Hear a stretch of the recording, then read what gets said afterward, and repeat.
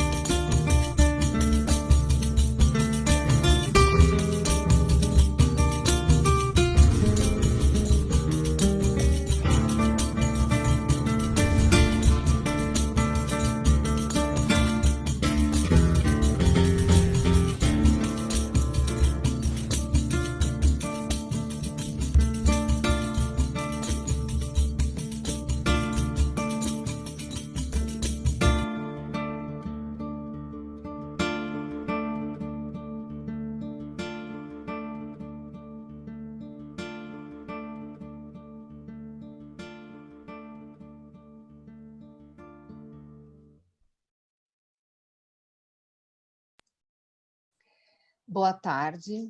Bom, estamos dando início à mesa Atuação do Crime Organizado durante a Pandemia. Eu sou Camila Nunes Dias, conselheira do Fórum Brasileiro de Segurança Pública, professora da UFABC, pesquisadora do Núcleo de Estudos da Violência e coordenadora do Grupo de Pesquisa em Segurança, Violência e Justiça, CEVIJU. Bom, ao longo de 2020, em decorrência da pandemia da Covid, temos assistido ao fechamento de fronteiras em muitos países, redução dos fluxos de mercadorias e de pessoas, né, com a diminuição de voos, de circulação rodoviária, o que pode produzir uma intensificação dos controles em portos, aeroportos e rodovias, e, além disso, também, né, como supostos efeitos, né, das medidas relacionadas à Covid, pode-se, algumas análises apontam uma redução da demanda por alguns produtos ilícitos, especialmente algumas drogas ilícitas, como cocaína, maconha, em função de medidas como lockdown, isolamento, fechamento de festas, bares e restaurantes, né? Enfim, pode-se pensar que há várias possibilidades de impacto, né, das medidas adotadas para a pandemia sobre as atividades criminais organizadas, gerando prejuízos para esses atores e efeitos sociais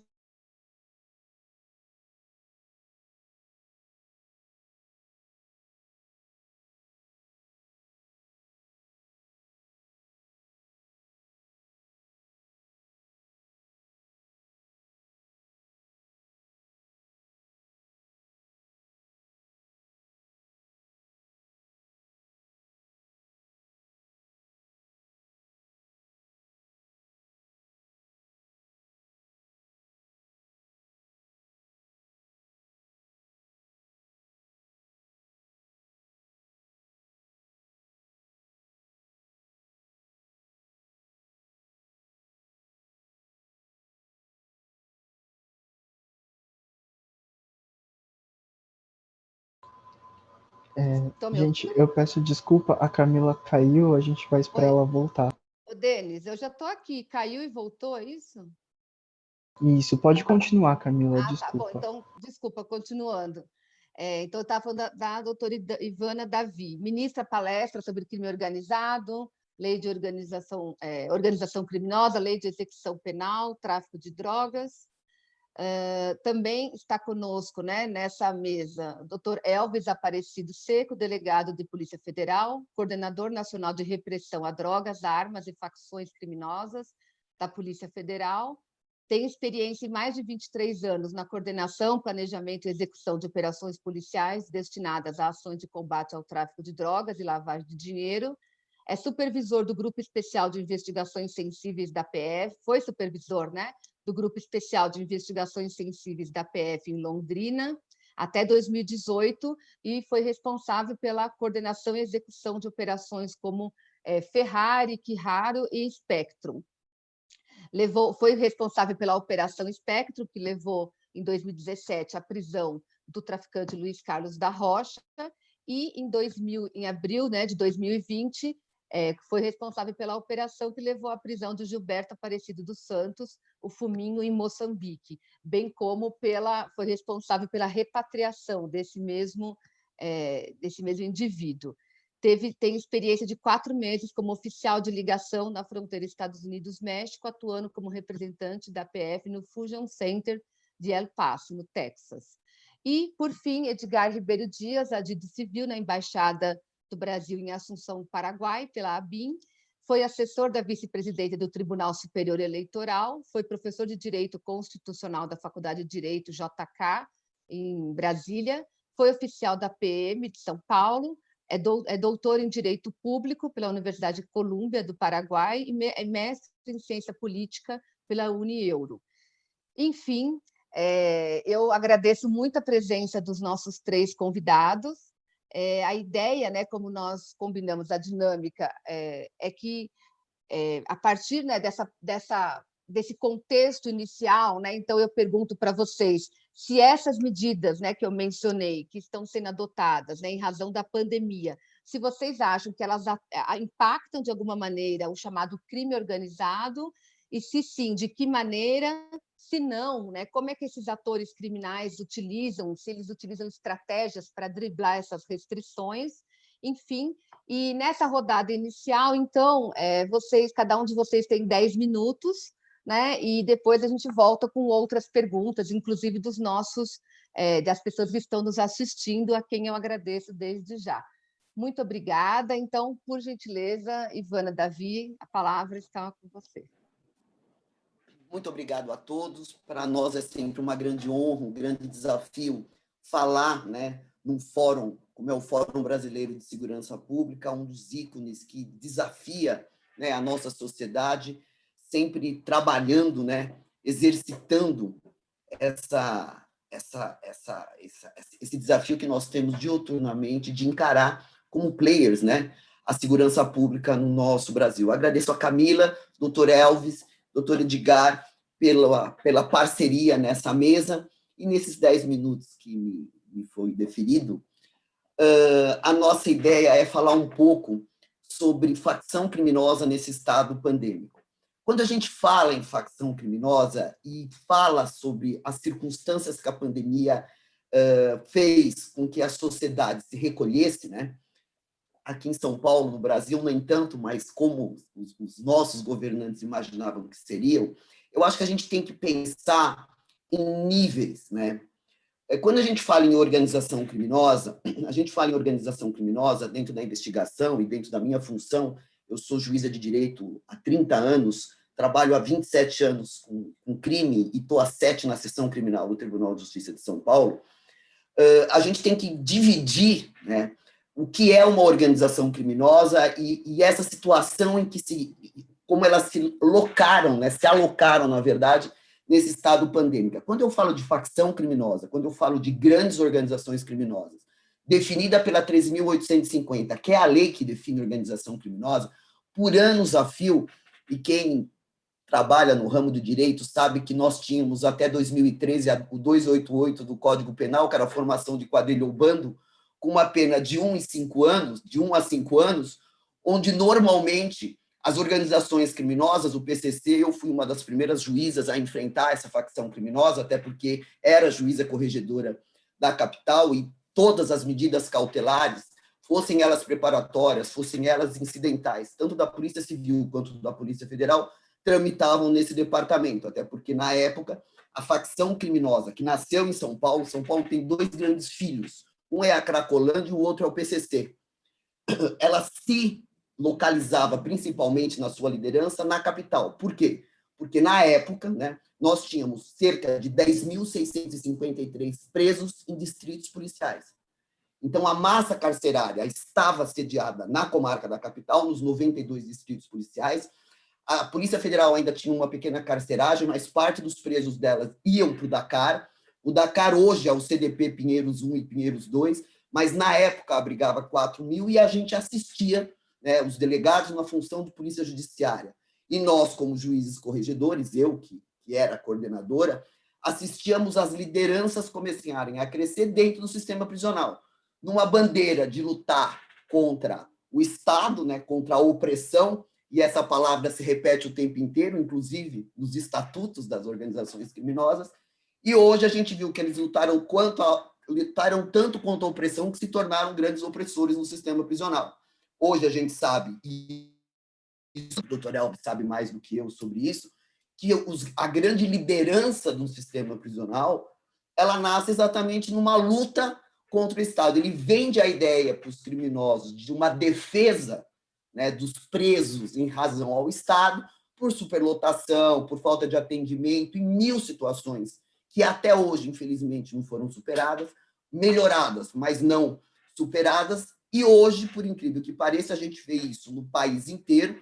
A facção criminosa virou uma grande anaconda, ela atravessa o país inteiro. Em alguns estados, com uma hegemonia assustadora, a gente vê facção criminosa batizando preso dentro do sistema prisional do Rio de Janeiro, que sempre foi um grande desafiador do PCC, até então o Comando Vermelho, hoje o Comando Vermelho engolido por milícias e por outras facções criminosas. Então, a gente percebe que tudo isso começa a nascer em São Paulo, nos idos de 1992, 96. Em 2002, São Paulo tem um boom de extorsão mediante sequestro e a facção criminosa começa a ser investigada e a gente começa a entender o que é uma organização criminosa. Então, no sistema de justiça, o nosso primeiro embate era exatamente a tipificação. O delegado prendia líderes de facção criminosa e o tipo penal era de 1 a 5 anos. Hoje você tem uma lei, né, que coloca uma situação melhor, tanto no âmbito de investigação, com delação premiada, infiltração virtual e outros meios de obtenção de prova, e uma pena que vai de 3 a 8 anos, dependendo do tamanho dessa organização criminosa. E o que a pandemia, né, fez com tudo isso? E aí eu volto a dizer, vai depender do nível da organização criminosa que nós vamos falar. Se eu estou falando de uma grande organização criminosa, com liderança, estrutura, hierarquia, hegemonia, dinheiro, financiamento, como nós temos assistido algumas colocando a sua cara, como assistimos a semana passada, em repique, que a gente chama, isso é uma organização criminosa. E aí poderiam perguntar, e o que a pandemia fez com isso? Ao meu olhar, só ajudou. Porque eles ficaram sempre no backstage, com comunicação e com a estrutura financeira que eles já possuíam, e o Estado estando esvaziado, com polícia militar recolhida, com uma situação onde todo mundo tem medo de tudo, o crime, com a sua força, principalmente econômica, principalmente de tecnologia, principalmente de informação, conseguiu superar os limites de segurança do Estado. Agora, se a gente for falar, e aí o doutor Elvis sabe melhor do que eu, do pequeno traficante na Cracolândia, numa venda de droga na comunidade, eles, tecnicamente falando, receberam ou ficaram um pouco mais prejudicados. Por quê? Porque a sociedade se recolheu e o indivíduo que ia no banco sacar dinheiro não foi. Eventualmente, ele não foi vítima de roubo, esse dinheiro, eventualmente, o pequeno usuário, ou o pequeno traficante, ou o pequeno comerciante receberia, ele não tem mais, e aí ele deixou de ir, eventualmente, numa biqueira comprar droga, exatamente porque ele não tinha dinheiro. Se a gente for falar em roubo e furto de transeunte, também houve uma diminuição. E aí a gente poderia fazer um binômio, mas a facção criminosa, ou uma organização criminosa, nos limites do artigo 1º e 2º da lei, é a mesma que vai furtar banco, roubar banco?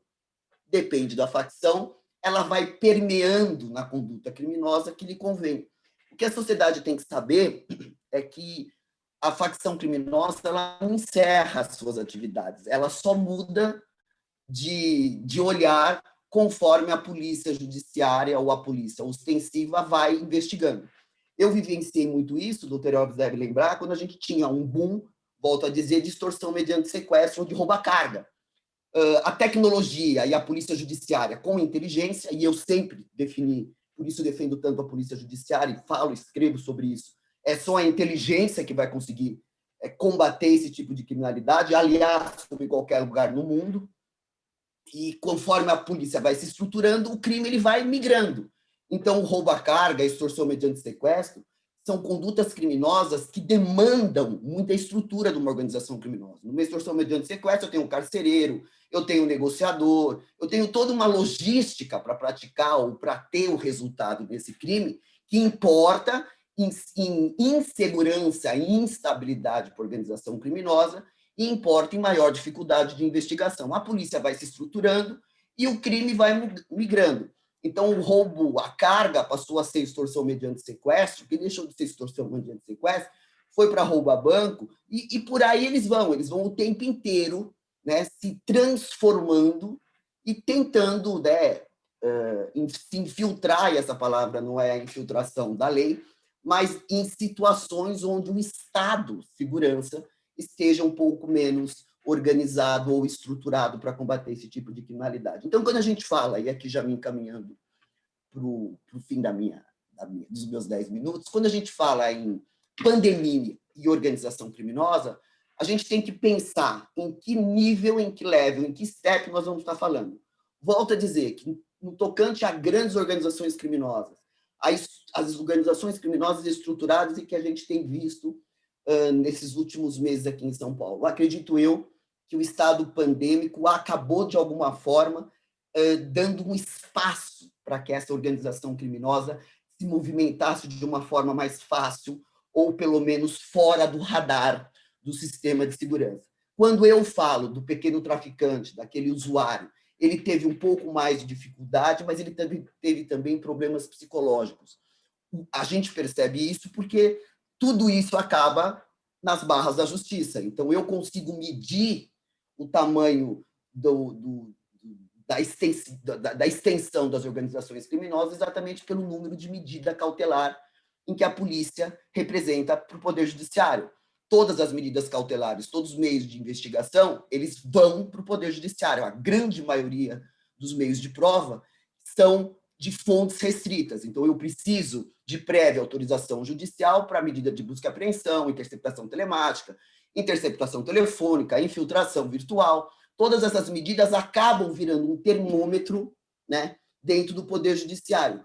Então, a nossa primeira colocação é que, infelizmente, a pandemia, em alguns momentos, acabou fazendo com que a sociedade se recolhesse por 1000 motivos, até por medo de ser contaminado. E, com isso, né, aquele pequeno roubo, aquele furto, o pequeno usuário de droga teve uma queda, né, um prejuízo, digamos assim, mas, em contrapartida, pelo olhar que eu tenho e pelo número de medidas cautelares que a gente tem recebido, até porque eu tenho o contraponto, que é o habeas corpus, que a gente julga contra as providências em sede de polícia, aumentaram. Então, a gente percebe que o nível das organizações criminosas aproveitaram esse ato, né, e cresceram numa forma exponencial que eu ouso tipificar, e estou escrevendo sobre isso, que nós estamos barrando a um terrorismo urbano.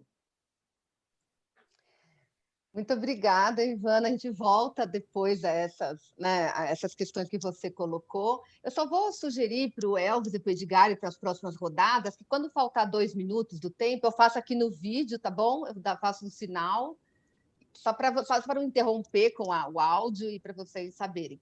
Então, passo a palavra, então, mais uma vez agradecendo a presença ao Elvis Seco, delegado da Polícia Federal. Por favor. Olá, pessoal, boa tarde. Quero agradecer aos meus colegas de mesa, doutora Ivana, doutor Edgar, professora Camila. Então, vamos lá. A doutora Ivana, ela foi muito feliz nas suas palavras. Ela definiu bem a questão de qual nível de organização criminosa nós estamos falando. Eu não posso deixar, eu tenho que ter uma visão macro, até pela atribuição que eu tenho como coordenador nacional, de tudo isso que está acontecendo, e eu não posso deixar de falar das diretrizes que, quando comecei a trabalhar a questão da lavagem de dinheiro, do tráfico, principalmente em cima de facções criminosas e grandes organizações criminosas internacionais, eu trouxe para cá, que é a questão de você mirar a descapitalização patrimonial através da lavagem de dinheiro, sempre mirar a prisão de lideranças e a questão da cooperação internacional, que no caso da PF, não há como desarticular grandes organizações criminosas sem que isso seja plausível, concreto. Eu gostaria de complementar a fala da doutora Ivana e apresentar as minhas palavras através de dados concretos. Nós tivemos um ano de 2020 com a pandemia e, supostamente, essa questão do prejuízo das organizações criminosas, ela foi bastante questionada a nível de Polícia Federal, internacionalmente, no sentido de, por exemplo, algumas embaixadas comentarem acerca da diminuição da apreensão de cocaína em alguns locais. Bom, eu pedi um estudo dentro da minha coordenação nacional e esse estudo me provou que até maio de 2020, a quantidade de cocaína apreendida aumentou. Isso se deve ao quê? Já que a fronteira com Peru, Colômbia e Bolívia estava restrita. Se deve ao fato de que nosso país, primeiro, para a gente entender o tráfico de drogas, nós temos que entender onde é que o Brasil se posiciona no mundo criminal dos traficantes. Ou seja, nós estamos falando de um país de mais de 8 milhões de quilômetros quadrados, que tem mais de 16 mil quilômetros de fronteira com 4 países produtores de cocaína. 3 os maiores produtores de cocaína, e o maior produtor de maconha. Nós temos uma fronteira marítima de mais de 7 mil quilômetros, da onde mais dezenas de portos que são utilizados para enviar cocaína para vários continentes. Então, a questão da apreensão de cocaína, ela ficou provada que a pandemia, a nível global, ou seja, grandes organizações criminosas, como diferenciou bem a doutora Ivana, quando nós falamos de boca de fumo, que não é micro, não é atribuição da PF, nós podemos pensar que a pandemia gerou algum prejuízo pelos lockdowns, ou pelas condições de restrições, ou pelo medo. Mas quando nós pensamos macro, a questão é muito mais embaixo. Eu falo isso pela questão da apreensão da cocaína, que foi registrada, e eu registro aqui, por exemplo, que até novembro nós tivemos 73 toneladas de cocaína apreendida, enquanto no ano passado nós tivemos 100. Essa pequena diferença se deve à pandemia. Entretanto, países europeus que recebem cocaína do Brasil, como a Bélgica, que é uma das que mais recebe, eu recebi um relatório ontem deles, na qual 126 toneladas de cocaína foram apreendidas. E no ano de 2019, 128. Quer dizer, qual é o efeito da pandemia a nível de grandes organizações criminosas? Nada. Muito pelo contrário. E aí eu entro naquilo que eu defendo. A apreensão de cocaína, e eu falo cocaína, faço até um parênteses agora, porque maconha não se combate apreendendo, maconha se combate na origem. E a Polícia Federal se tornou tem uma expertise muito grande nisso, através de uma cooperação internacional com o Paraguai. Nós temos a Operação Nova Aliança. No ano de 2019, o Edgar sabe bem disso. No ano de 2019, nós erradicamos 3.430 toneladas de maconha. Isso evita, a doutora Ivana sabe disso, muitos processos de prisões de motoristas. Ou seja, é uma visão de mudança de paradigma. Você tem que atacar a maconha na sua origem e evitar que ela ingresse em solo nacional. E é o que a Polícia Federal fez. A pandemia teve um prejuízo nisso. Por quê? Porque nesse ano, em razão da restrição, nós não tivemos a oportunidade de fazer 4 ou 5 ou 6 fases, que é o nosso grande objetivo. fizemos apenas 2. Em razão disso, apenas 1.010 toneladas foram erradicadas. Eu digo apenas por quê? Porque a minha meta, como coordenador nacional, é 4.000 toneladas. Mas, mesmo assim, em 2 fases somente, com toda a restrição, foram 1.010 toneladas erradicadas no Paraguai e 600 no Brasil. Isso dá mais que 5 vezes o que foi apreendido, sem processo, sem presos. Agora, a grande X da questão, quando se fala em pandemia e organizações criminosas, é eu dar informações para os senhores, a informação para os senhores, que nesse ano de 2020, a Polícia Federal sequestrou 1.160 bilhões de reais do crime organizado em lavagem de dinheiro. Através de uma visão capitalista de combate ao crime, aos grandes traficantes de cocaína. Pouco importa a quantidade de cocaína apreendida no contexto geral, isso vai ser feito sempre. A Polícia Federal atua nos portos com a Receita Federal, parceiro histórico há muitos anos. Nós sempre vamos implementar novas medidas, como o ano que vem terá novas medidas nos portos, visando a apreensão de grandes quantidades de cocaína. Eu não estou dizendo que isso não deve ser feito. O que eu estou dizendo é que nós fazemos isso há 40 anos. E o que eu vejo, depois de 24 anos de Polícia Federal, é perceber concretamente que os grandes líderes das organizações criminosas estão cada vez mais poderosos e mais ricos, e a estrutura mais fortalecida, e os tentáculos pelo mundo todo, cada vez com alcance maior. A questão da lavagem de dinheiro hoje, através de criptomoedas, através de dezenas, centenas de empresas, nós conseguimos comprovar isso para o país, para o mundo, através das operações que nós deflagramos esse ano.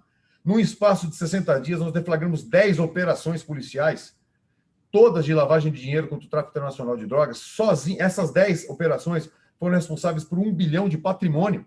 E eu não estou falando de calcular prejuízo de valor de droga, não. Eu estou falando de bens, de imóveis, de iates, de fazendas, de veículos que vão ser vendidos, alienados pela Senad. E esse dinheiro retorna em 40% automaticamente para a PF. E o restante pode ser obtido através de projetos. Eu estou falando de uma metodologia de você enfrentar o tráfico de drogas em que você busca a desestruturação, a desarticulação financeira. O prejuízo, ele acontece quando você tira a estrutura piramidal da organização criminosa, quando você quebra aquele núcleo financeiro que fornece o dinheiro para o grande líder da organização criminosa. A doutora Ivana disse bem, a questão dos grandes líderes. Os grandes líderes, eles estão milionários. Eles não vivem em periferia, eles vivem na elite. E quando eu falo isso, eu não falo de forma abstrata. Está comprovado. Isso é um projeto que eu tinha com a equipe e nós comprovamos. Nesse ano de 2020, com pandemia ou não, mas nós temos a pandemia, a Polícia Federal impôs um recorde histórico de 1.160 bilhões até agora, que é quase o dobro do recorde histórico de 2017. Ou seja, a grande organização criminosa, o grande líder de organização criminosa, aquele que, como na operação Enterprise, mantinha em depósito, na garagem de um imóvel, 12 milhões de euros no porta-malas de uma van, ele foi atingido pela pandemia? Ele sofreu com isso? Ele voava em jato de 20 milhões de dólares, morava em residência de 2 milhões e meio de euros na costa da Espanha. A nossa luta é para desarticular essas grandes organizações criminosas. Nós temos uma produção mundial, eu não sei se vocês sabem disso, de 3.000 a 4.000 toneladas de cocaína, para ser otimista. Pelo menos 50% disso, ou seja, 1.200, 1.400 toneladas, ingressam em solo nacional. Por mais que a Polícia Federal e outras polícias apreendam cocaína, não há como você desarticular uma organização criminosa, enfraquecê-la, sem que você bata na questão da lavagem de dinheiro. Nós precisamos trabalhar com a questão de inteligência. Nós precisamos trabalhar sempre a questão da descapitalização patrimonial através de lavagem de dinheiro. Obrigado. Muito obrigada, Elvis. Agradeço também ao Edgar e passo a palavra para os seus 10 minutos iniciais, Edgar. Bom, boa tarde a todos, doutora Camila, doutora Ivana, prazer em conhecê-la. Elvis, grande abraço. Doutor Renato, muito obrigado também a oportunidade de estar aqui, que ele está nos vendo. Eu vou complementar com algumas características do que eu atualmente faço aqui. A gente vem observando tendências na parte de tanto atuação de organização criminosa e especificamente de facções brasileiras, e também com relação a outras tendências criminosas. E vendo um pouquinho de fora do país isso, eu estou há 4 anos aqui, a gente tem tido oportunidade de observar isso na fronteira, e porque eu concordo com o doutor Elvis, e até lembro o seguinte, eu fui testemunha ocular aqui dos efeitos da Operação Espectro no Paraguai. Nós estamos falando aí em quase R$1 bilhão em valores atuais do câmbio, algo excepcional, de fato, o prejuízo que está sendo dado especificamente em uma única operação. Isso só no Paraguai. Mas a resposta me parece um tanto complexa, considerando, nessa primeira parte, a questão do tráfico de drogas no atacado, digamos assim, de primeira compra. Eu estava lendo um material da ONU, que foi publicado este ano, e que falava que os informes do Brasil indicavam fortes aumentos de preços da cocaína no atacado, devido à falta de produto traficado desde Colômbia e Peru. Isso está num documento da ONU. Tanto pelo risco que forçou o armazenamento na fronteira, próximo da fronteira, ou dificuldade de sintetizar a cocaína pela restrição de produtos químicos. Mas eu tenho minhas dúvidas, como colocou o doutor Elvis, eu tenho minhas dúvidas do que está ali escrito, porque, na realidade, não é o que a gente tem observado. Então, houve algum impacto, de fato, no tráfico de cocaína, principalmente? Houve, mas foi algo pontual e no princípio. Logo em seguida, isso foi mudando. E mais que isso, na parte operativa, na parte prática, se consolidaram algumas tendências que talvez demorassem um pouco mais para ser consolidadas, embora não possa isso ser atribuído somente à pandemia. Eu vou dar um exemplo. Considerando a fronteira que vai de Pontes e Lacerda, no Mato Grosso, até Foz do Iguaçu, porque as dinâmicas do norte são um pouco diferentes, ali do Rio Solimões, da Tríplice Fronteira do Norte, ali é uma questão, inclusive o modal é um pouco diferente, a atuação das organizações criminosas. Mas, com relação a essa área, por exemplo, uma mudança que eu observei durante a pandemia. Desde o meio do ano, se intensificou a tendência de uso do Chaco Paraguaio para aeronaves de tráfico vindas da Bolívia. Utilização do Chaco Paraguaio.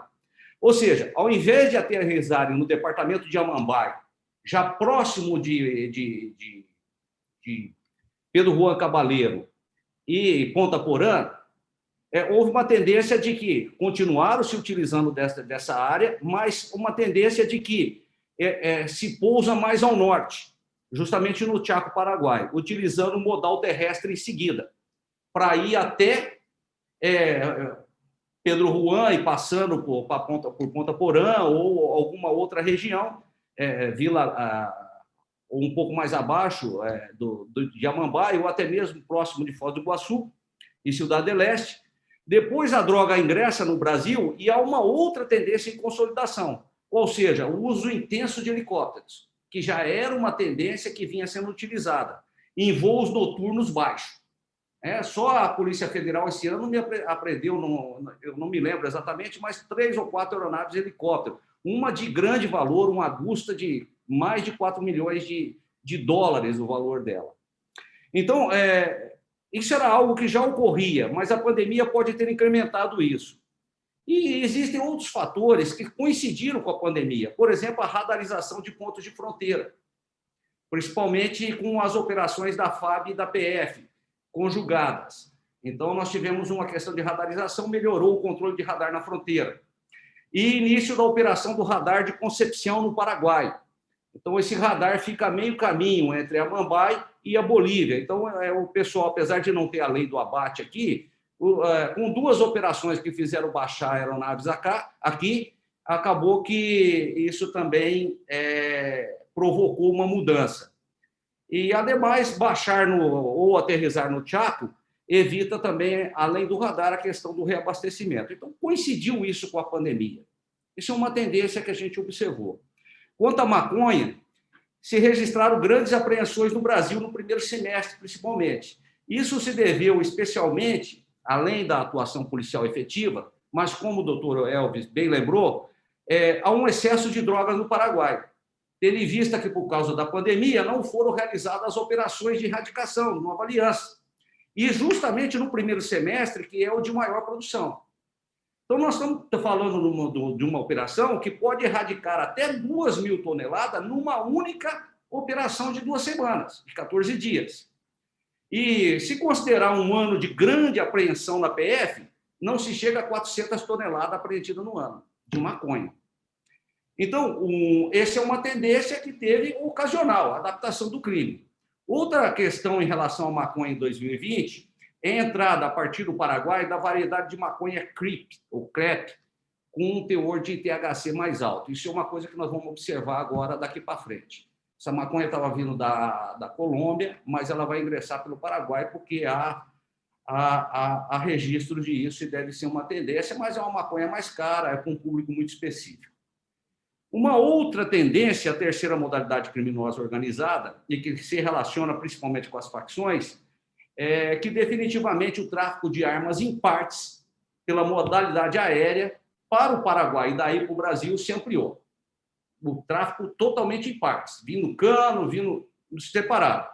Embora continue a outra modalidade de armas completas e também de desvios de força de segurança. Assim, eu coloco apenas uma pincelada, vamos dizer assim, um bosquejo, por algumas tendências, né? Um bosquejo, de tendências que já existiam e talvez foram consolidadas e adaptações circunstanciais do crime organizado à pandemia, tá? Especialmente no primeiro semestre. Com relação aos impactos, atingindo a produção e o escoamento, principalmente, da primeira compra, né? A compra no atacado, toda a linha criminosa é atingida. O mercado, aí que entra o problema do mercado local, que aí vai obedecer às leis de consumo normal, né? Se tem consumidor, não tem, e aí entra a questão de roubo, pequeno roubo. E, enfim, essa é uma ideia geral do que eu observei de tendências do ponto de vista de quem está fora do país, observando o país de longe, tá? Um pouco distante, e o que está acontecendo aqui. Acredito que não teve assim grandes impactos, por exemplo, com relação à facção principal aí de São Paulo, continua atuando forte, Pedro Juan Cabaleiro, isso a gente tem observado. E, bem, acho que falta uma questão só, que a gente tem que sempre pensar, que é aspecto central do crime organizado, principalmente com relação de facções, especialmente nesse ano tão difícil, de tantas restrições, e praticamente não tivemos rebeliões ou ocorrências graves do tipo nos presídios do Brasil. Então, isso exige bastante reflexão sobre esse fenômeno, e isso a gente pode relacionar, por exemplo, com a questão de Criciúma, com outras questões, que os aspectos indiretos disso daí, né? Porque tudo passa pelo presídio, o presídio continua sendo central, apesar de o Brasil conseguir prender vários líderes, de muitos estarem isolados, mas ela continua sendo central, e na pandemia teve esse aspecto que eu pediria que exige bastante reflexão para o futuro, com estudos, para que a gente tenha um diagnóstico razoável do que tem acontecendo, porque, neste caso, muitas vezes a nossa falha é justamente de erro de diagnóstico. Mas é isso. Muito obrigado, e é só um início do que eu tenho para colocar. Muito obrigada, Edgar. Agradeço aos três, né, por essas disposições iniciais, elas já suscitam uma série de questões, né? Eu vou tentar, vou me ater aqui ao que... Nós temos várias perguntas chegando, então eu vou articular com perguntas minhas também, né? Então, um conjunto, são várias as questões que tocam num tema que alguns de vocês abordaram rapidamente, que é a questão dos assaltos a bancos que ocorreram recentemente, né, em Criciúma, no Pará, que têm sido, né, chamados muitas vezes pela mídia e por alguns especialistas de novo cangaço, mas nós sabemos que esse termo não é consensual, há uma série de pessoas que criticam o uso desse termo, né? Há especialistas que chamam essa modalidade, tal como aconteceu, por exemplo, em Criciúma, até algo mais específico e mais evoluído em termos do fenômeno criminal, que é chamado de domínio de cidades. Enfim, eu sei que... E aí eu queria que vocês falassem um pouquinho sobre isso e também algumas análises que ocorreram, que foram veiculadas sobre esses fenômenos que ocorreram, apontaram que seria uma crise, digamos assim, na economia das drogas, e que então há um fenômeno da migração criminal. Então, grupos que estariam tendo prejuízos no tráfico de drogas migrariam para os assaltos como uma maneira de compensar esses prejuízos. Eu antecipo, né, na minha visão, essa relação ela não existe, ao menos não de maneira direta, porque os grupos que atuam nesses assaltos, em geral, são pessoas muito especializadas nesses assaltos, né, especializadas em várias, digamos assim, funções que desempenham nesses acontecimentos, né, nesses fenômenos, que pode até também atuar no tráfico, pode ou não, enfim, mas que não há uma relação de migração criminal tão direta, né? Mas eu queria aqui ouvi-los, e também ainda em relação a isso, né? Acho que alguns de vocês falaram sobre o PCC, eu queria que falasse um pouquinho também sobre isso, né? E aí, Edgar, eu vou falar PCC, porque aqui a gente não tem nenhuma restrição a falar facção que atua dentro e fora dos presídios, não precisa. Enfim, especialmente o PCC, a quem se atribui, né, geralmente que está por trás desses fenômenos, no meu ponto de vista, não é necessariamente o PCC. Muitas vezes tem membros do PCC que participam desses eventos, mas não quer dizer que é uma ação do grupo, digamos, uma ação institucional do PCC. Não, eu vejo assim, e aí queria ouvi-los como um arranjo de criminosos que se conhecem. Então, o PCC tem essa capacidade também de articular pessoas que são especializadas nesses assuntos, né? Mas não é necessariamente uma organização por parte do PCC. Bom, então, aí o Samuel, ele pergunta, né, ainda sobre a questão dos roubos, pergunta especificamente para o Elvis quais os critérios da definição do caráter interestadual de um crime como esse de Criciúma, para que a PF atue. O sargento Ednei Rios também ele pergunta, né, se dá para comparar com os grandes roubos com o banditismo rural da época do Lampião, o que esse novo cangaço tem em comum com o cangaço clássico. E o Felipe pergunta se as ações do novo cangaço são uma busca de capitalização devido ao prejuízo que as organizações criminosas vêm sofrendo. Bom, acho que vocês já falaram que, na verdade, elas não vêm sofrendo, né?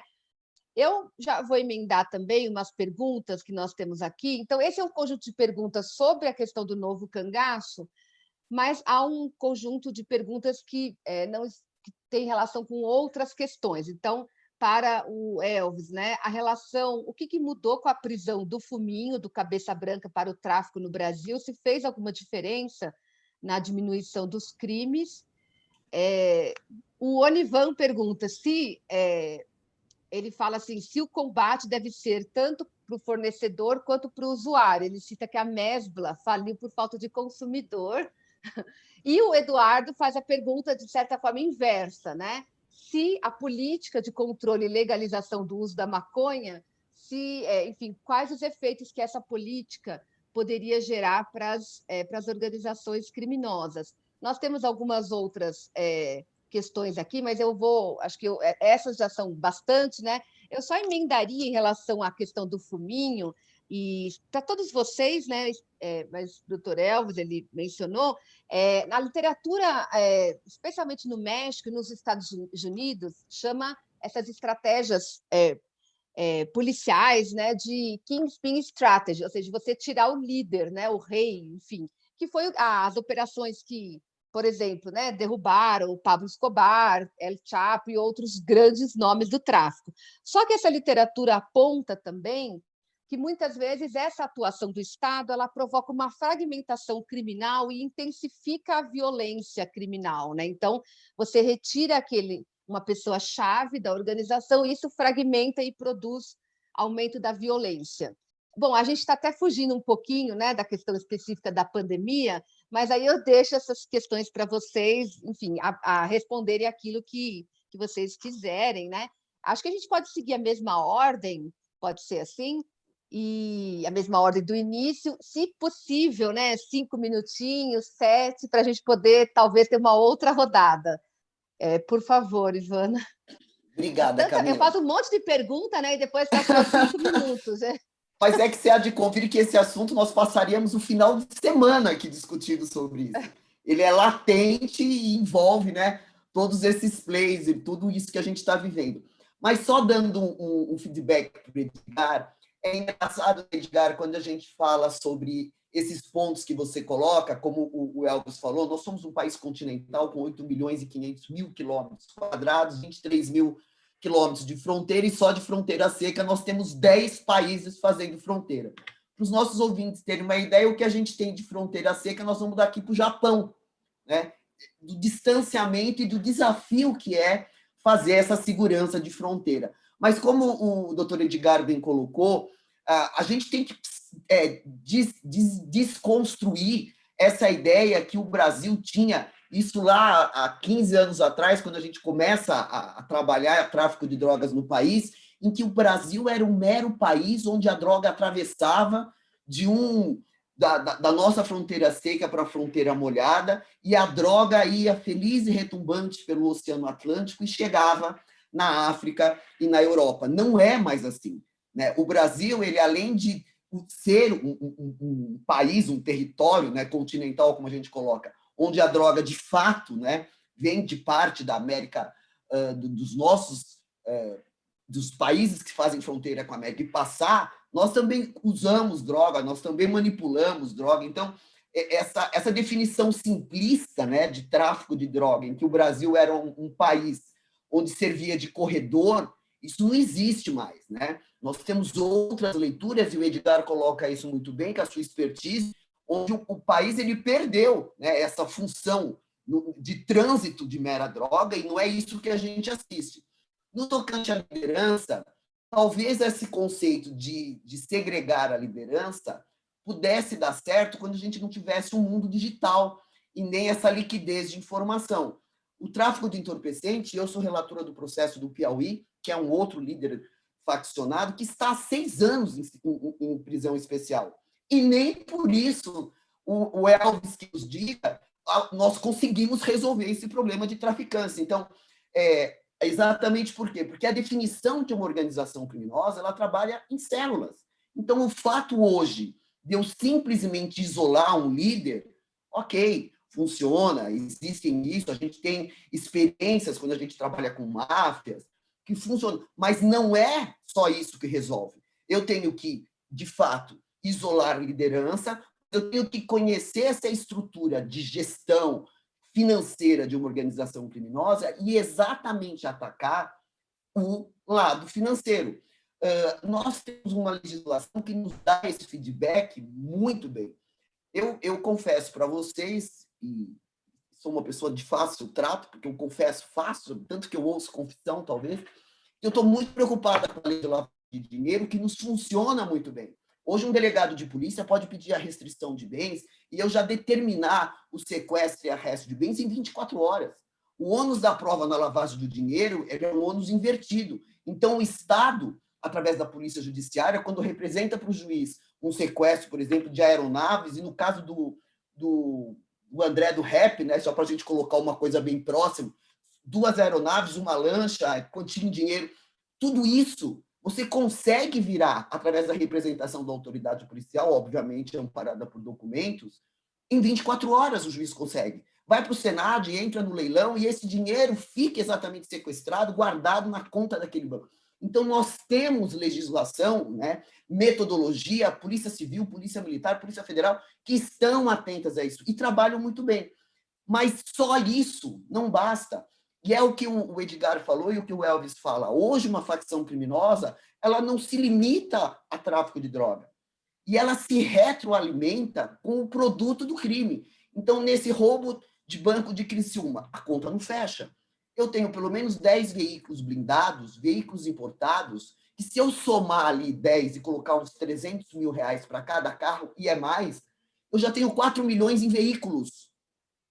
Se eu tiver a aeronave com quem eles eventualmente fugiram, quanto foi roubado?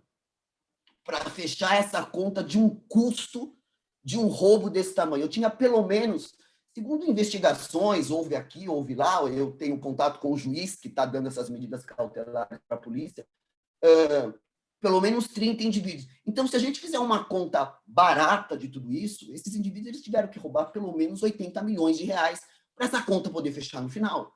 Porque organização criminosa é lucro. Não existe organização criminosa com estilo ONG. Ela visa lucro e lava dinheiro em imóvel, em patrimônio, em aeronave, em contas, em Bitcoin, em blockchain, e tudo isso que gera uma liquidez onde, por vezes, ela, de fato, como você disse, Camila, se associa a uma organização criminosa que, por exemplo, só loca arma. A gente há de convir que fuzil é um negócio complicado para guardar. Então, como eu sou uma facção que, eventualmente, só pratico roubo e furto de veículos com transporte de dinheiro, eu ter a guarda de fuzil me dá trabalho. Então, eu tenho uma outra organização que, por sua vez, só cuida de fuzil. Vai lá no Paraguai, no Uruguai, compra suas armas que vêm desmontadas, e a Polícia Federal já fez inúmeras apreensões, inclusive em aeroportos, com mecanismos de ar-condicionado que vieram de Miami, e eu falo isso porque fui relatora do processo. Então, essas armas, de uma forma ou outra, chegam, e então eu tenho uma organização criminosa que só cuida de arma, e que nessa operação, colocamos entre aspas, de Criciúma, ela também fez parte, né, no caso, locando a arma. Praticou o crime, devolve a arma, provavelmente deve assinar lá um boleto que está tudo bem, não houve canibalismo, minhas armas estão, libera, paga. E é isso, porque essa é a mens de uma organização criminosa. Talvez os nossos interlocutores imaginem aquelas coisas, o Edgar deve ter vivido isso bem, que era uma coisa tacanha, do indivíduo com 38 na cintura, né? Isso não existe mais. Nós estamos falando de organização criminosa a nível internacional. Então, só para finalizar, o que a gente precisa, e eu, no meu olhar de juíza e de cidadã, é investigação, como o Elvis fala, tem que ser de forma centrípeta e de forma centrífuga. Eu tenho que combater o crime organizado de dentro para fora e de fora para dentro. Eu tenho que ter polícia ostensiva o tempo inteiro atenta com a movimentação. Eu tenho que ter inteligência.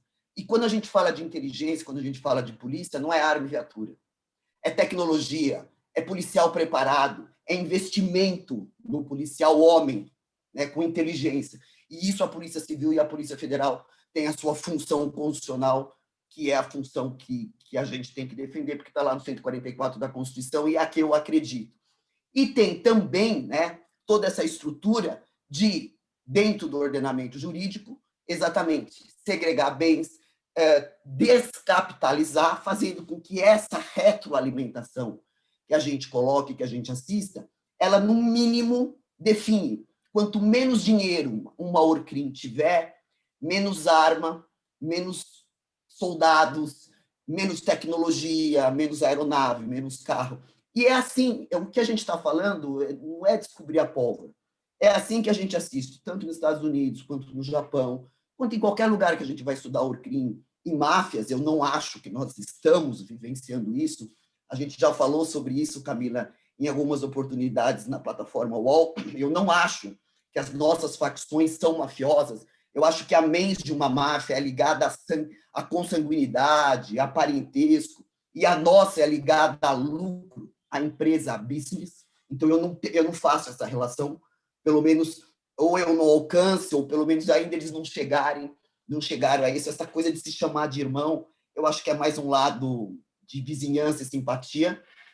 Mas eu acho que enfrentamento de Orcrim, enfrentamento do que o país está vivendo, só vai acontecer se a gente tiver uma política de segurança pública que invista em tecnologia, em preparo do policial e legislação, que é a que nós temos, eu ouso dizer, que anda muito bem. É que agora anda com umas ideias um pouco distorcidas de lei de proteção de dados, de mudança de lavagem de dinheiro. Obrigada, Ivana. Elvis, 5 a 7 minutos, porque eu sei que 5 minutos é muito cruel, né, para responder tanta coisa. Obrigada. Olha, 5 a 7 minutos é uma judiação, hein? É muito pouco.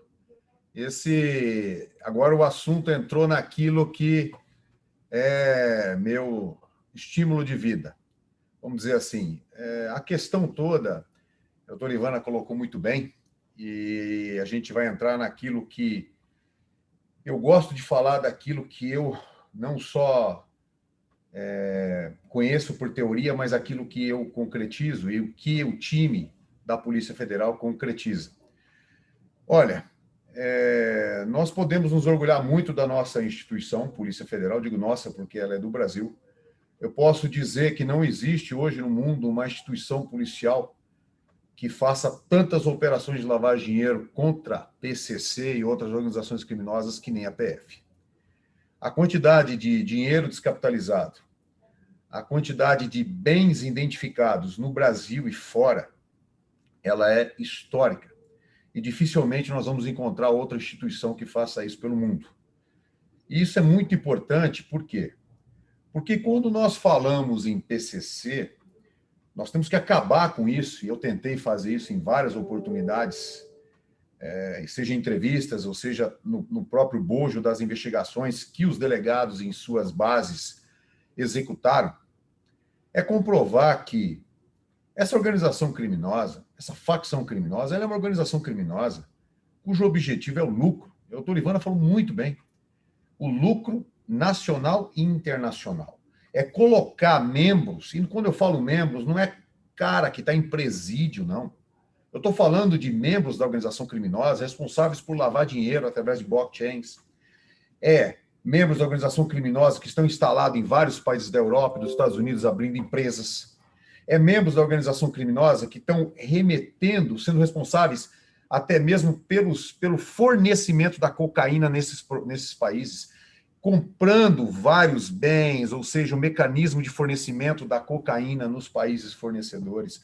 Nós estamos falando de uma facção que, para mim, é nada mais, nada menos que uma grande organização criminosa que operou tranquilamente na questão da lavagem de dinheiro durante mais de década.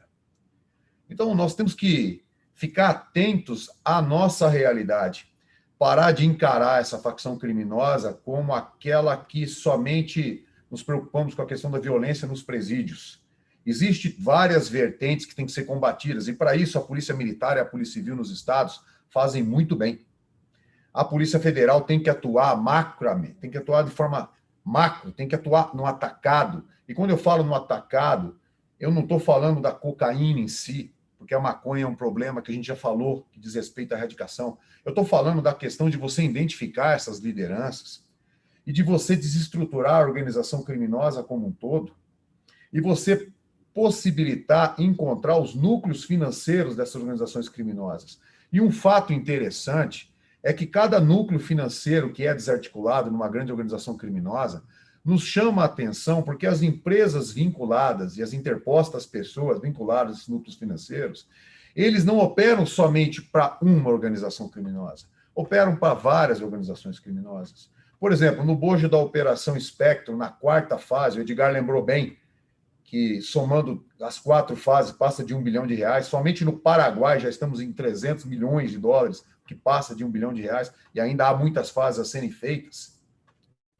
Nós temos ali uma estrutura toda empresarial que tem que ser desarticulada. Nós temos núcleos financeiros, por exemplo, como eu disse, na 4ª fase da Operação Spectrum, que operavam para os mesmos corruptos da Lava Jato. A Operação Efeito Dominó, ela foi uma 4ª fase da Operação Spectrum que desarticulou Alberto Youssef, o doleiro Ceará. Eles lavavam dinheiro para os corruptos da Operação Lava Jato e lavavam dinheiro também para o Luiz Carlos da Rocha. Não havia conexão entre corruptos e traficante, mas o núcleo financeiro operava para ambos. Então, se nós não trabalharmos a questão de forma mais minuciosa, mais detalhada, se nós não repetirmos o que foi feito nesse ano pela Polícia Federal como se fosse uma sequência, isso não pode ser interrompido. Nós não podemos mais correr o risco de voltar a combater o tráfico de drogas comemorando meras apreensões de cocaína e prisão de motoristas. Eu viajei muito nesse período que eu estou aqui e participei de muitas convenções. Eu palestrei 2 vezes na ONU, eu participei de várias outras na OEA, e me chamou a atenção as apresentações de outros países a respeito dos seus grandes cases. E me decepcionou bastante ver que poucos eram os países que batiam na questão financeira, e muitos eram aqueles que apresentavam os seus cases com algum motorista preso com uma carga de cocaína ou de heroína, que seja, em outro país. Essa visão tacanha, ela tem que ficar para trás. O tráfico de drogas tem que ser combatido com a apreensão da cocaína, com a erradicação da maconha e, principalmente, com a questão financeira. Nós aqui estamos debatendo uma coisa muito importante. Eu vejo que as pessoas, elas estão notando, através da imprensa, essa mudança de paradigma da Polícia Federal, principalmente nesse último ano de 2020, de atacar a questão financeira. E eu acredito, e estou vendo isso, as polícias civis dos estados já estão trabalhando assim também. Então, quer dizer, é uma bola que tem que ser um novelo, que tem que ser puxado e tem que alcançar vários extremos de uma organização criminosa. Nós temos que enxergar esse combate ao tráfico de drogas de uma maneira que ele não fique, por exemplo, quando se fala da mudança da lei de lavagem de dinheiro, eu participei da comissão, eu falei na comissão de lavagem de dinheiro para que não houvesse alteração e que não fosse visto o problema da lavagem de dinheiro pelo aspecto da corrupção tão somente. Porque se não fosse a lei de lavagem de dinheiro, a doutora Ivana lembrou bem, nós temos uma legislação muito boa, é uma das melhores do mundo, ela inverte o ônus. Então, ela como juíza, a partir de um pedido da Polícia Judiciária, ela pode fazer a constrição desses bens em 24 horas, impedir que esses bens sejam vendidos, que terceiras pessoas utilizem. Nós temos um exemplo concreto na Operação Rei do Crime, que foi sobre o PCC, mais de 70 empresas interditadas, mais de 50 postos de combustíveis. Nós estamos falando em movimentação financeira constatada pelo COAF de 34 bilhões de reais em 2 anos. Esse dinheiro não tem como rastrear. É uma movimentação financeira que passa por dezenas de contas bancárias. Nós não estamos falando de um esquema infantil ou de uma facção criminosa que começou a ganhar dinheiro com cocaína há 1 ano, 2 anos. O problema é muito maior e é grave. Então, quando você chega e vê uma polícia fazer em 60 dias 10 operações policiais de lavagem de dinheiro e demonstrar um patrimônio de 1 bilhão e 160 milhões sequestrados em bens que vão ser vendidos pela Senad, que vão ser alienados pela Senad, isso tem que é como se fosse um alerta que deve ser ligado. Nós estamos num país que tem espaço, infelizmente, para todo tipo de organização criminosa. A Polícia Federal já desarticulou a organização criminosa de Sérvios, a Polícia Federal já prendeu aqui 2 líderes da Drangheta, que é a máfia italiana. Nós temos o PCC fazendo vinculação com fornecedores de cocaína em países produtores. Nós temos ele fazendo ligação com as máfias na Europa. Nós desarticulamos uma organização criminosa há 2 semanas, cujo patrimônio até agora está batendo 500 milhões de reais. Um absurdo, eu repito, 12 milhões de euros no porta-mala de uma van em espécie. São mais de 70 milhões de reais. Isso é um absurdo. Então, nós temos que analisar todo o combate ao tráfico de drogas, ao tráfico de armas, de uma maneira macro. É por isso que eu não acredito, eu não atribuo, por exemplo, essa questão do assalto de Criciúma à descapitalização patrimonial diretamente, porque a gente está atacando a coisa de maneira macro. Existem vários fatores. Eu pedi estudos sobre isso. A Polícia Civil de Santa Catarina está fazendo um excelente trabalho. E a Polícia Militar também. Já foram presos vários envolvidos foram presos. E dali haverá um processo para a localização desses líderes desse evento. E como você disse, Camila, concretamente, existe membro do PCC envolvido, mas não é atribuído à facção a autoria do assalto. É uma coisa bem mais complexa. Isso eu estou falando de forma concreta, sem entrar em detalhes. Tá? E essa maneira macro de nós vermos tudo que a doutora Ivana falou a respeito da parte financeira, que eu estou repetindo aqui, nesse evento e também durante todo o ano, é a realidade, nua e crua. O Edgar lembrou bem da questão da Operação Espectro no Paraguai. Isso reflete o quê? Cooperação internacional. Ou seja, se o crime vai além das fronteiras, nós também vamos. Na Operação Enterprise, por exemplo, nós trabalhamos com a Europol, nós fornecemos informações para a Europol através de informações espontâneas pelo órgão central do Brasil, e lá foram deflagradas operações em 7 ou 8 países. Ou seja, nós estamos demonstrando que o combate ao crime organizado, ele tem que partir para a inteligência e o combate à questão financeira. Obrigado. Muito obrigada. Para mim, eu lamento ter que ficar interrompendo vocês, que eu também ficaria aqui. Assim. Obrigada, Edgar. Por favor, 7 a 8 minutos. Tudo bem, vou tentar cumprir.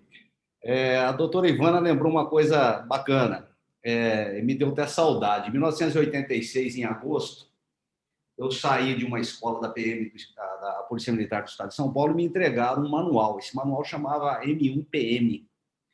E era um manual de policiamento. E esse manual era a bíblia do policial que atuava, então, naquela época.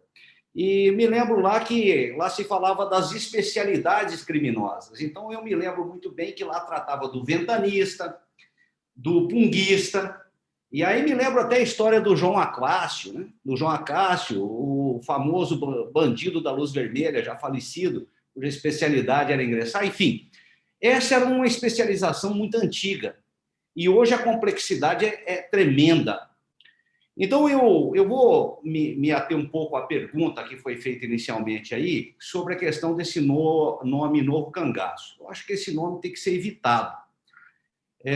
Embora a expressão tenha se consolidado, a gente deve deixar o Lampião e seu bando lá para os historiadores. Esse é o local deles. Vamos deixar para que os historiadores estudem isso. Era uma organização criminosa? Era. Era uma organização criminosa com líderes claros, mas era um outro tipo. Hoje a situação, como disse o doutor Elvis, é muito mais complexa.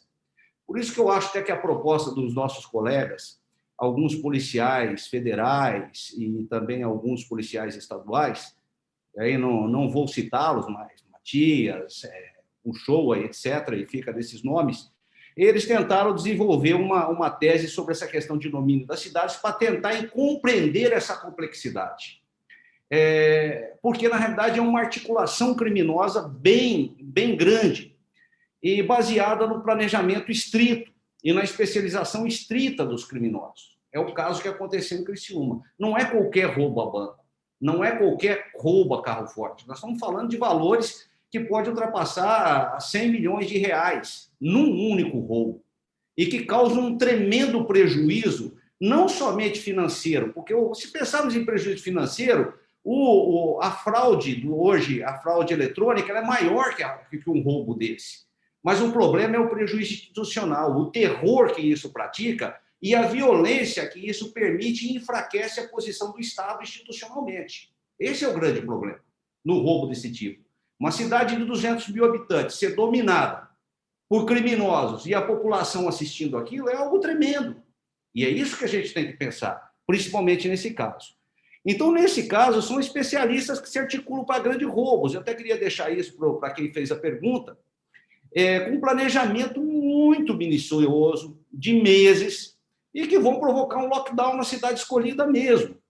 E onde eles possuem, com esse planejamento, detalhes de tudo, de rotina de policiais, de locais, e, principalmente, funções delegadas a especialistas. Então, por exemplo, tem um motorista, tem um atirador, o operador de 1.50, são pessoas especialistas, não é qualquer um.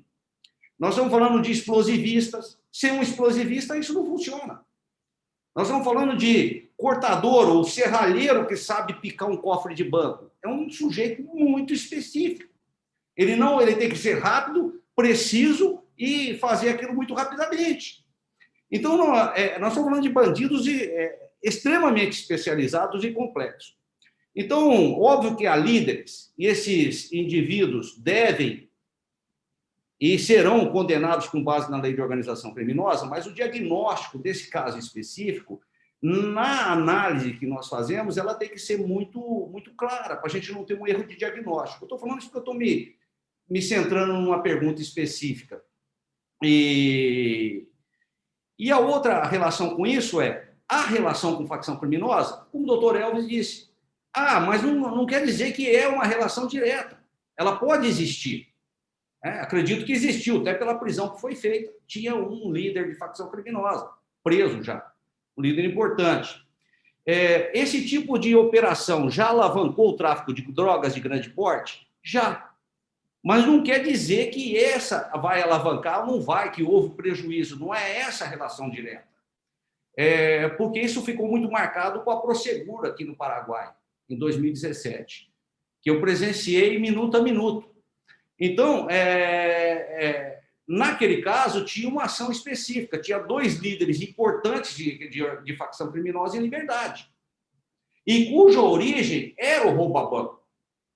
A origem deles era o roubo-banco. São aqueles líderes principais que tiveram origem no roubo-banco e migraram para o tráfico de drogas, por ser mais lucrativo e menos arriscado. Em liberdade, utilizaram isso para fazer um grande roubo e alavancar, de fato, o tráfico de drogas. Mas isso tem que ser analisado caso a caso. Caso a caso. Então, não dá para dizer que isso de fazer essa relação direta, que eu entendo que ela não pode existir, como bem citou o doutor Elvis.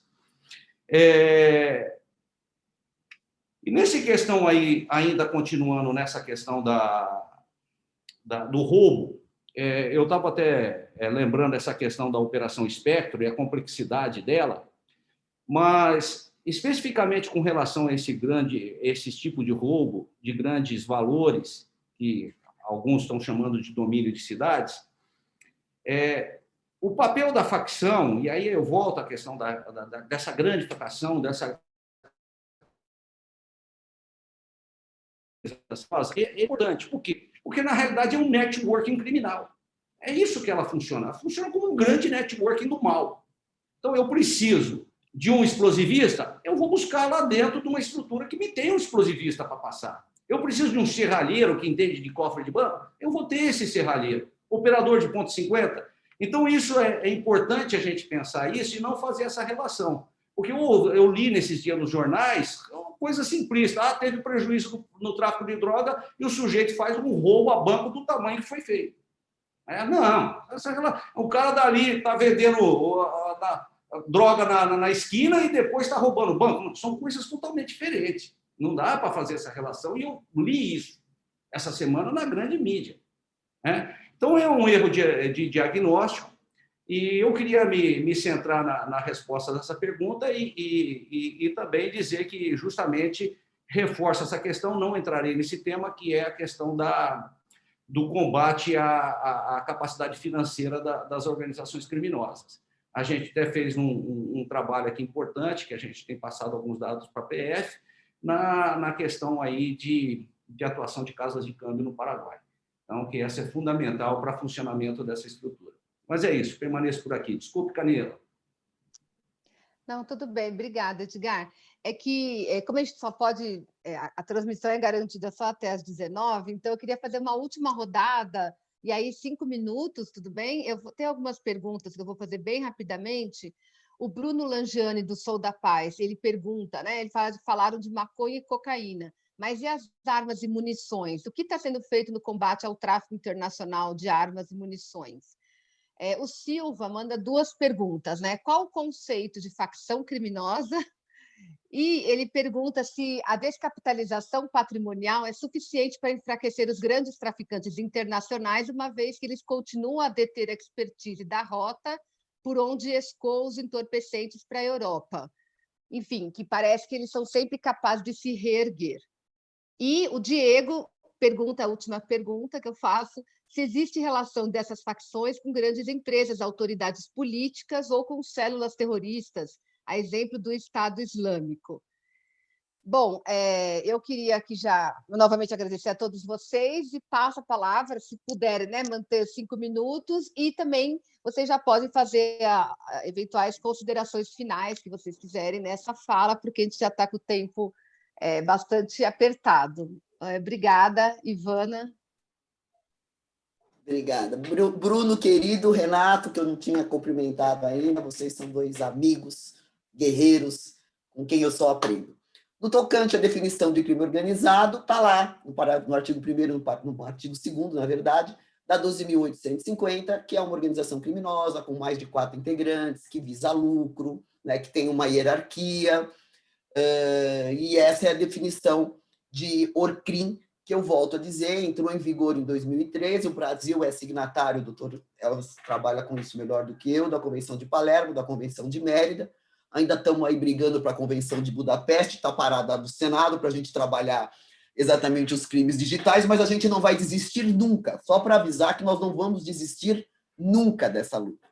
Então, a definição de ORCRIM, ela integra, né, o ordenamento jurídico exatamente em 2013, e é essa a lei que a gente trabalha e que colocou de uma forma muito pragmática todos os meios de obtenção de prova que a Polícia Judiciária trabalha muito bem, na qual eu participo lá na ponta como juiz de direito e hoje como desembargadora do Tribunal de Justiça do Estado de São Paulo. No tocante ao tráfico de armas, é com muita dor no coração que a gente fala que o nosso legislador cochilou, gente. Tráfico de armas não é considerado crime hediondo. Veja bem que se um indivíduo está com 3 fuzis andando numa comunidade, aquilo é crime hediondo. Se um indivíduo atravessa a fronteira lá do Paraguai, depois de ter passado pelas barras do Edgar, e entra no país, isso não é crime hediondo, a gente não consegue entender onde é que a gente deu uma bobeada e isso passou.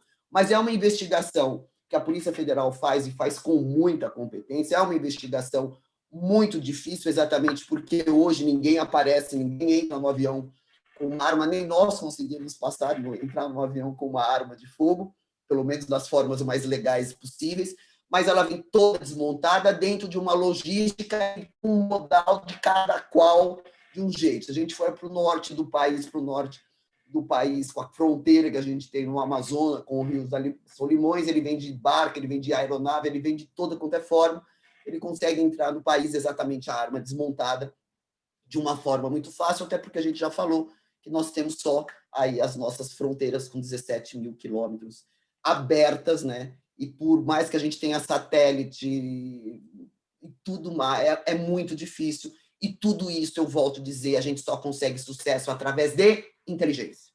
É através das medidas cautelares de escuta telefônica, às vezes de atravessar uma investigação na outra. Às vezes a polícia está focada investigando tráfico de pessoas e no meio dessa investigação acaba caindo uma outra informação e aí você acaba desenrolando, ou começando, iniciando uma outra investigação. Então, eu, como juíza que sou e apaixonada por falar sobre crime organizado, eu falo que eu aprendi crime organizado exatamente ouvindo a Polícia Judiciária, que é a minha função, sempre foi, e é só através de inteligência. Claro que tem essas trombadas que de vez em quando a gente encontra. Hoje a gente tem uma metodologia que é a infiltração virtual, mas nós não estamos lidando com mirins nem escoteiros, né, Edgar? O outro lado sabe muito bem e nem sempre todo meio de obtenção de prova dá certo, até porque os nossos investigados, não raras às vezes, têm a contra-informação da informação que a polícia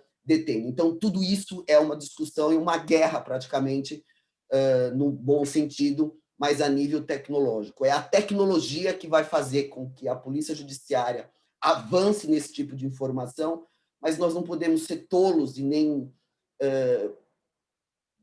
bobos em acreditar que o crime também se abebera da mesma inteligência que a gente tem. Eu costumo falar isso, eu falo do PNLD, que é o Plano Nacional de Combate à Corrupção e Lavagem de Dinheiro do Ministério da Justiça, junto com o Garuti, um amigo meu, um grande delegado de polícia, que essa guerra é uma guerra assimétrica. E por aí eu já vou terminando a minha fala.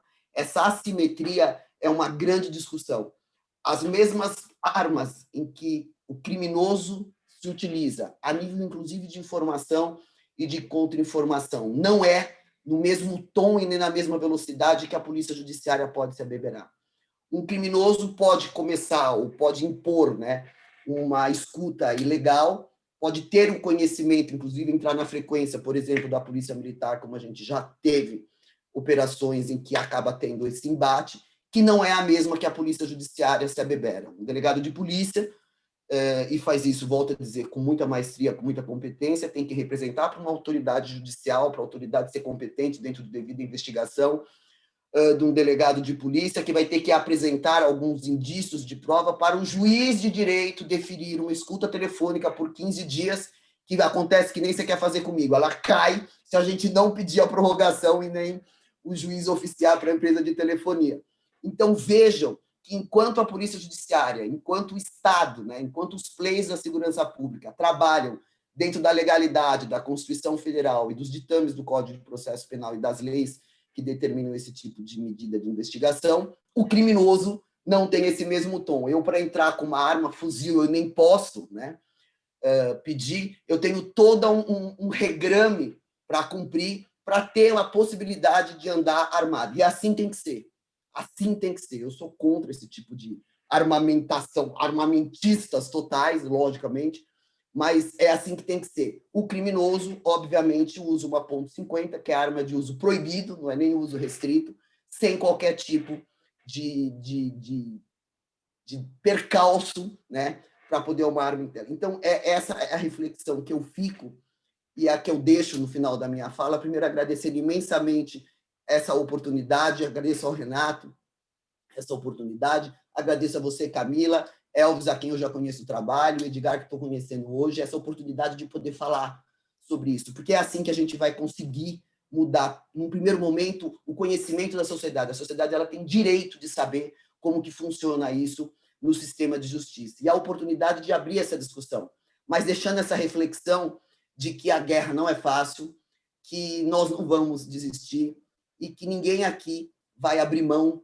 de um país probo, ético, né, e seguro para todos, mas que reflitam exatamente que essa guerra não é fácil, exatamente por ser uma guerra assimétrica, onde o Estado, a administração, o Estado de Segurança Pública deve cumprir a lei, até pelo caminho da legalidade de prova, enquanto, né, o criminoso não precisa dessa situação. E isso gera, talvez explique, né, a dificuldade que o Estado tem em combater essa criminalidade tão organizada e tão especializada que invadiu o nosso país, principalmente de 15, 16 anos para cá. Eu agradeço mais uma vez e desejo sorte e parabéns ao Fórum Brasileiro de Segurança Pública, que mais uma vez está mostrando para esse país que a gente não vai desistir.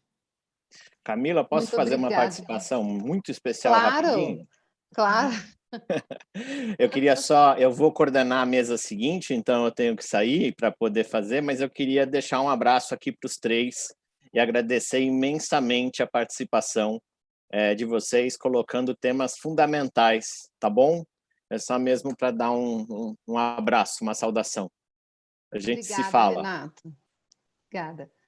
Então, obrigada, Renato. Passo, então, para o Elvis, 5 minutos, por favor. Vou tentar ser bem rápido. Olha, eu vou responder das perguntas que você fez, que eu me lembre, assim, para que tenha mais a ver com o tema e com a Polícia Federal, e para ser mais restrito. Teve a pergunta que falou sobre a descapitalização patrimonial, enfraquecer de fato a organização criminosa. Olha, nós estamos comprovando isso concretamente. Não há outro caminho se não for a descapitalização patrimonial. E o reerguer das organizações criminosas, na maneira como a Polícia Federal tem feito, de atuar descapitalizando, não apreendendo somente bens de luxo, mas identificando o núcleo financeiro e desestruturando e prendendo o líder da organização criminosa e aqueles principais articuladores, por exemplo, que se passam por pseudo-empresários, que administram a retroalimentação do dinheiro, ou seja, responsáveis pela lavagem de dinheiro. Então, a nossa preocupação, e a doutora Ivana falou bem disso, da retroalimentação, é você retirar o poder empresarial dessas organizações criminosas, e isso você não faz da noite para o dia. Você não reconstrói 70 empresas encerradas por uma operação da Polícia Federal da noite para o dia. E nem foi construído isso da noite para o dia. Os criminosos levaram anos para chegar nesse esquema e poder usar essas empresas para lavar dinheiro. Então, não há outro caminho. Esse é o único caminho para atingir as organizações criminosas. Não estou falando teoricamente, estou falando com base em fatos concretos e as operações que a Polícia Federal esse ano estão aí para comprovar. Em relação ao tráfico de armas, dentro da coordenação nacional, nós temos um setor especializado nisso. Sempre há uma preocupação muito grande contra o rastreamento das armas de fogo. Em 2019, foi criada uma instrução normativa que instituiu no âmbito da Polícia Federal um sistema de rastreamento. É muito importante isso, porque nós tentamos rastrear a arma desde a sua origem até o momento em que ela cai no ilícito. E no momento em que ela cai no ilícito, nós conseguimos, então, identificar qual é esse momento e fazer todo o percurso para poder rastrear essa arma.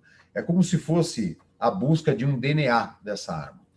O Edgar está no Paraguai, sabe que em 2018 a Polícia Federal começou um processo que contou com o apoio da ATF, da ICE, e o Paraguai se auto-infligiu, inclusive, uma moratória. Isso foi até um mérito do Paraguai, o que inibiu, por exemplo, a importação de armas dos Estados Unidos. E o Paraguai sempre foi o nosso maior fornecedor de armas pela fronteira. Até nesse ano, em razão da pandemia, eu tenho aqui os dados, eu estou falando dados da Polícia Federal, nós tivemos 1.393 armas apreendidas. E no ano de 2019, 1.899. No ano de 2018, 2.071. Isso quer dizer o quê? Que a partir de 2018, com a automoratória, já houve um declínio. E nesse ano, em razão da pandemia, menos armas entraram, mas também em razão dessa automoratória e das ações de inteligência que a Polícia Federal tem tido com instituições como ICE e ATF, que são americanas. Nós também notamos uma grande quantidade de armas que é desviada de Forças Armadas, ou seja, a Polícia Federal tem feito o seu trabalho de casa, trocado informações, usado a cooperação internacional com os países, principalmente Uruguai e Argentina, além do Paraguai, obviamente, para poder restringir o ingresso de armas aqui. Nós temos um outro problema também, que é a questão das peças. O doutor Ivana lembrou, o Edgar também falou sobre isso, a questão das peças de armas de fogo que lá nos Estados Unidos, elas são vendidas sem restrição. E eles têm, os fornecedores dessas peças acabam encaminhando isso daqui por correio, né? Muitas vezes internacional, ocultas em certas mercadorias. Então, isso também nós estamos trabalhando mais profundamente a nível de inteligência, até com parceiros privados para poder inibir. Então, nós estamos estamos tendo todas essas ações para poder chegar nisso. Para concluir a minha fala, Camila, eu quero agradecer. Como disse a doutora Ivana, é muito importante, através de um fórum como esse, você trazer até as pessoas a realidade. Às vezes, a imprensa não reflete aquilo que nós, na prática, enfrentamos. Então, é importante, quando você pode falar, e a sua fala não é cortada, e você pode falar livremente, e trazer conhecimento às pessoas para que saibam que o grande problema existe, mas que existe policiais, juízes, membros da ABIN atuando para inibir o crime. Obrigado. Muito obrigada, Elvis. Edgar, por favor. Serei rápido.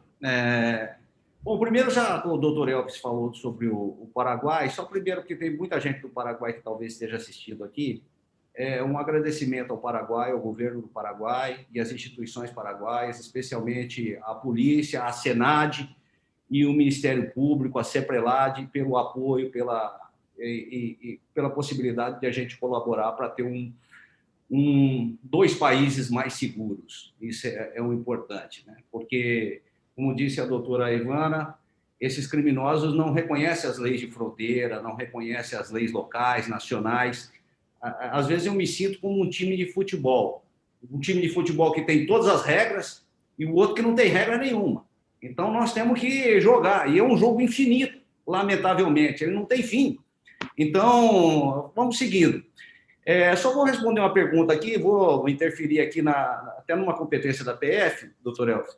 que perguntaram da questão do roubo, desses grandes roubos e a competência da PF. Obviamente, a competência inclui a competência da PF, porque são integrações interestaduais e até mesmo internacionais, obviamente, e isso naturalmente vai para a PF, que alguma pergunta tinha.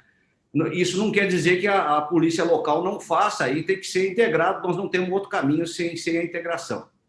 Nisso também, dou um exemplo aqui do Centro de Cooperação Policial Internacional que está funcionando no Rio, tem nos ajudado muito também a solucionar problemas dessa natureza de mais complexos. Enfim, não vou falar das outras perguntas aqui, que já foram respondidas. A questão do conceito, a doutora Ivana deu a questão do conceito legal. Sociologicamente, é um debate para um século do que nós vamos discutir o que é facção criminosa, o que é organização do ponto de vista sociológico, falar de redes, complexidades. Enfim, eu gostaria de encerrar, só dizer uma coisa que é bastante importante, que no fórum, o fórum tem tido esse papel, o Fórum Brasileiro de Segurança Pública tem tido esse papel fundamental, que é duas coisas: permitir a integração dos órgãos, que forçar, de uma certa forma, que os governos locais, os governos estaduais e o governo federal, e às vezes internacional, se sentem e cooperem entre si, porque, infelizmente, a gente não tem restrição de bandido, tem bandido demais, então tem criminoso demais. Nós não temos bandido, eu tenho que pegar só, esse é meu. Não, infelizmente, não é essa a nossa situação. Então, agradecer ao fórum nesse sentido e também de possibilitar que a gente faça diagnósticos corretos. Já desde Sun Tzu lá diz para conhecermos a nós e aos nossos inimigos, né, para que a gente possa ter sucesso na batalha. Então, nós precisamos conhecer e ter os diagnósticos corretos, sem algumas coisas que às vezes surgem em mídia ou até mesmo institucionalmente que são equivocadas. E para a gente poder realmente preparar políticas públicas adequadas, planos de contingência, etc., que pode ajudar a todos nós a ter um país seguro, um país em paz, que é o que todos nós queremos. Queremos sair na rua e estar tranquilo. Muito obrigado. Camila, muito obrigado. Fórum Brasileiro de Segurança Pública, muito obrigado. O Renato já está na outra. Doutora Ivana, muito obrigado. Prazer em conhecer. Estarei à disposição, talvez, aqui. Estou no final.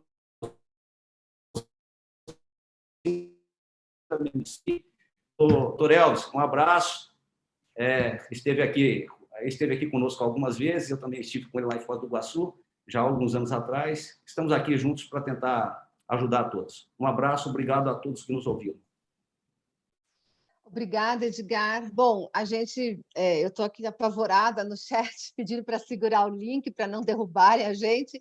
E eu peço para o Fernando, ele está aqui ainda, né? Eles estão fazendo um painel, né, com uma síntese da nossa fala. Você está por aí, Fernando, para mostrar para a gente o seu... Sim, posso compartilhar, posso já compartilhar? Claro, por favor. Então, vamos lá. Apareceu? Tá o texto do Word, né? Ainda não. Não, peraí. Desculpa, pessoal. Agora sim, embaixo. Apareceu? Isso, agora sim. Nossa, muito legal. Então, o painel é feito enquanto, né, a mesa... Está sendo feito em todas as mesas, né, Fernando? E acho que mais uma novidade que o Fórum tem proporcionado, né? Acho que isso depois pode circular, né, Fernando? Poderia mandar lá no nosso WhatsApp para a gente poder, né, compartilhar também. Sim, eu vou mandar. Bom, agradeço, então, demais aos três expositores. Para mim, foi um prazer participar, né, dessa mesa como mediadora. Não estou acostumada, estou mais acostumada também a fazer exposição do que mediar, mas espero ter... É meio desagradável ter que ficar cortando, é bastante desagradável ter que ficar fazendo esse papel de chata, né, controlando o tempo, mas, enfim, como a Ivana falou, acho que é um tema que todos nós, cada um na sua área, né, de atuação, eu como professora e pesquisadora, vocês trabalhando em áreas operacionais, enfim, acho que é um tema que eu também pelo qual eu sou apaixonada. E, enfim, então foi um grande prazer, agradeço imensamente ao Caio, ao Denis, ao Marcos, ao Fernando, ao Renato, à Samira, que tem assim trabalhado muito, muito, muito nesses últimos dias e trabalha o ano todo para nos proporcionar, né, esses momentos de debate, de interação. Eu queria também, né, chamar a atenção que é muito importante que a gente não perca essa capacidade de diálogo entre a academia, né, e os profissionais que atuam na segurança pública nos seus diversos níveis. Então, eu acho que isso é fundamental para ambos, né, para todos nós e para a gente avançar na produção de conhecimento, né, que eu acho que é só assim mesmo, né, numa sociedade democrática em que as pontes e os diálogos sejam alargados, né, para a gente caminhar na busca de soluções, ainda que a gente discorde em muitas coisas, mas eu acho que como vocês disseram, acho que todo mundo busca o mesmo objetivo, né? Eu acho que é essa busca que, enfim, que nos une a todos, é isso que a gente deve buscar construir através do diálogo. Então, quero agradecer mais uma vez a todos vocês, antes que nos derrubem, agradecer a transmissão até uma tolerância, e agradecer imensamente a todos aqueles que estão nos assistindo. E encerramos por aqui essa mesa. Obrigada.